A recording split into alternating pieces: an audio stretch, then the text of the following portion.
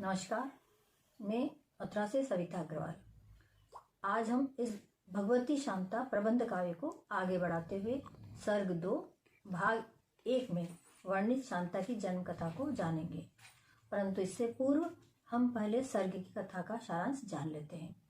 अब तक राजा अज और रानी इंदुमती 3 मास के दशरथ को छोड़कर स्वर्ग सिधार चुके हैं।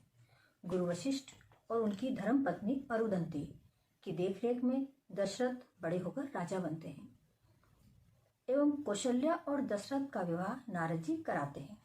रावण विविध वरदान प्राप्त कर तथा ब्रह्मा जी से अपने भविष्य को जानकर कौशल्या पर नजर रखने एवं नुकसान पहुंचाने के लिए खरदूषण को प्रेरित करता है। कौशल्या के अपहरण का दुस्साहस असफल हो चुका है। राजा दशरथ की देखरेख में कौशल्या स्वस्थ हो जाती है। सुग्गासुर उन्हें पीड़ा पहुंचाने के लिए उनका प्रिय हार लेकर भागता है, किंतु महल की चौकसी के लिए उपस्थित जटायु सुग्गासुर को हार छोड़कर जाने के लिए मजबूर कर देता है। अब आगे सर्ग 2 की कथा सुनिए। शांता जन्म कथा। हरिगीता गीतिका छंद। भयभीत कौशल्या रहे वह रह रही चिंतित सदा, आतंक फैला शत्रु का कैसे टले यह आपदा। कुल देवता रक्षा करो इस भ्रूण की तुम सर्वदा, अथ देवों की मनाती भाग्य में है क्या बदा। दोहे के रूप में। धनदा नंदा मंगला मातु कुमारी रूप, माँ विमला पद्मा ज्वला महिमा अमिट अनूप। जीव मात्र का वंदना काट सकल जंजाल, सुगढ़ जीव मंदिर करो माता रखो संभाल। हरिगीत का छंद के। रोती रही रनिवास में रानी सुबह से अनवरत, उच्छ्वास भर कर अश्रु से संचित करे धरती सतत। दरबार से रसरत घड़ी भर देर से पहुँचे महल, दिखती न कौशल्या कहीं होने लगे भूपति विकल। कोई न दीप जल रहा घेरा अंधेरा है विकट, फिर देख दशरथ को वहां कुछ दासियां आई निकट। दशरथ कुपित हो डांटते थी पास जो दासी खड़ी, लेकिन सुबक ने की तभी आवाज कानों में पड़ी। होता उजाला कक्ष में रानी पड़ी थी भूमि पर, भूपति हुए विहल बहुत यह दृश्य रवि कर देख कर। झट पास आ जाकर बैठ कर सहला रहे भूप सिर, पुचकार कर दुलार रहे करते प्रदर्शित प्रेम फिर। दोहे के रूप में। बोलो रानी बेधड़क खोलो मन के राज, कौन रुलाया है तुम्हें किया कौन नाराज। बढ़ती जीवन सांस यदि जाए निकल भड़ास, आंसू बह जाए अगर घटे दर्द एहसास। विधाता छंद के रूप में। हरे हो जख्म या सूखे कभी जग को दिखाना मत, गली कूचे नगर पथ पर कभी निज दर्द गाना मत। मिले महरम नहीं घर में, मिले महरम नहीं घर में, मगर मिलते नमक मिर्ची। बचा दामन निकल रवि कर कभी आंसू बहाना मत। हरे हो जख्म या सूखे कभी जग को दिखाना मत। सरसी छंद के रूप में।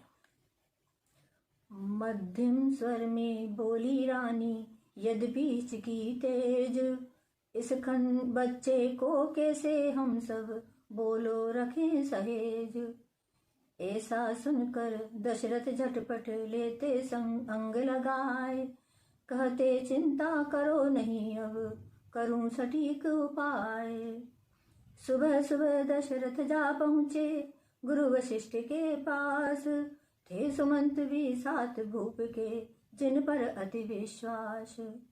गुप्त योजना बनी वहां पर शत्रु न पाया जान। गर्भ सुरक्षित किया गया फिर काट सकल व्यवधान। अगले दिन दरबार सजा था, आया यह संदेश, कौशल्या की माता को है कुछ शारीरिक कलेश। डोली सज तैयार हुई तो कोला भी तैयार। कोला कौशल्या की दासी थी। छद्म वेश कर कौशल्या का डाल गले में हार। वक्ष स्थल पर झूल रहा था वही पुराना हार, जिसको लेकर कभी भागा था सुग्गा सुर अय्यार। संग चली सेना के डोली, बहती शीतल वायु, साथ साथ उड़ता चौकन्ना सबके साथ जटायु। अभिमंत्रित कर राजमहल को कौशल्या के पास, गुप्त रूप से कड़ी सुरक्षा करें दासियां दास। कोल दासी, कौशल्या की जो कोल दासी थी, उनको कौशल्या के वेश में बाहर भेज दिया गया था और जो कौशल्या थी वो उनको महल में ही रख दिया गया था। अभिमंत्रित कर राजमहल को कौशल्या के पास, गुप्त रूप से कड़ी सुरक्षा करें दासियां दास। खरदूषण के कई गुप्तचर रहे ठिकाना छोड़, डोली के पीछे चल देता उन सब का गठजोड़। कोल कौशल्या बन जाती है प्रसन्न अब भूप, रानी का हित दासी साधे अभिनय सहज अनूप। वर्षा ऋतु फिर आ जाती तो सरयू बड़ी अथाह, दासी तो उत्तर में रहती दक्षिण में उत्साह। देखूं अब संतान स्वयं की हुई बलवती चाह, दशरथ सब पर रखें स्वयं भी चौकस बड़ी निगाह। 7 मास बीते ऐसे ही गोद भराई भूल, कनक महल संरक्षित रहता रानी के अनुकूल। गोद भराई की रस्म होती है 7वें महीने में, गर्भवती स्त्री के 7वें महीने में गोद भराई की रस्म होती है। इस रस्म में सप्त मातृका शक्ति की पूजा होती है जिससे कि भ्रूण की रक्षा हो सके। आया फिर नवरात्रि पर्व तो सकल नगर उल्लास, गर्भवती रानी ने लेकिन नहीं किया उपवास। इन छंदों के माध्यम से यह भी बताया गया है कि गर्भवती स्त्री को कभी भी उपवास नहीं रखना चाहिए। हम में से अधिकांश लोग ये जानते हैं कि इस दौरान उपवास रखने से बच्चे का पोषण नहीं हो पाता है और इसके दुष्परिणाम गर्भवती स्त्री को भी भुगतने पड़ते हैं।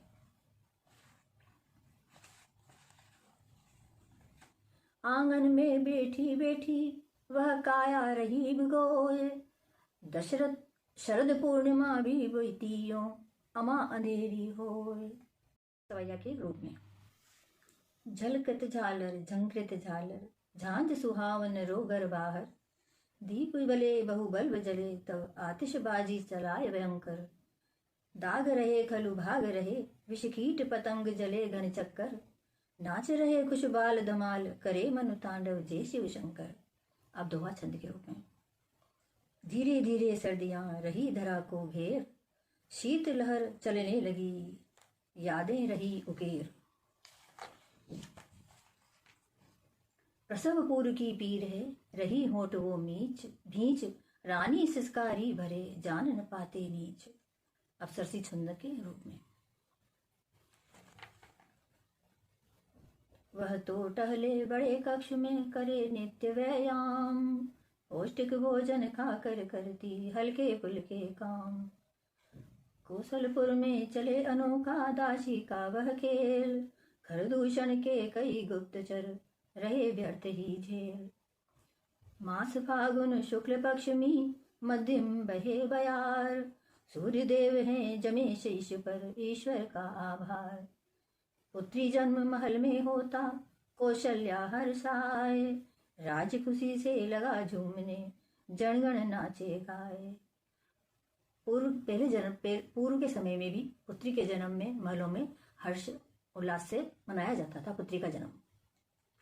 एक पाख उपरांत प्राप्त कर, समाचार 10 शीस। खरदूषण को डांट पिलाता, सुग्गा सुर पर रीस। किंतु जन्म कन्या का सुनकर, रावण पाता चैन। फिर भी डपटा छत्र पगण को, निकसे तीखे बेन। छठियारी में सब जन आए, पावे सभी इनाम।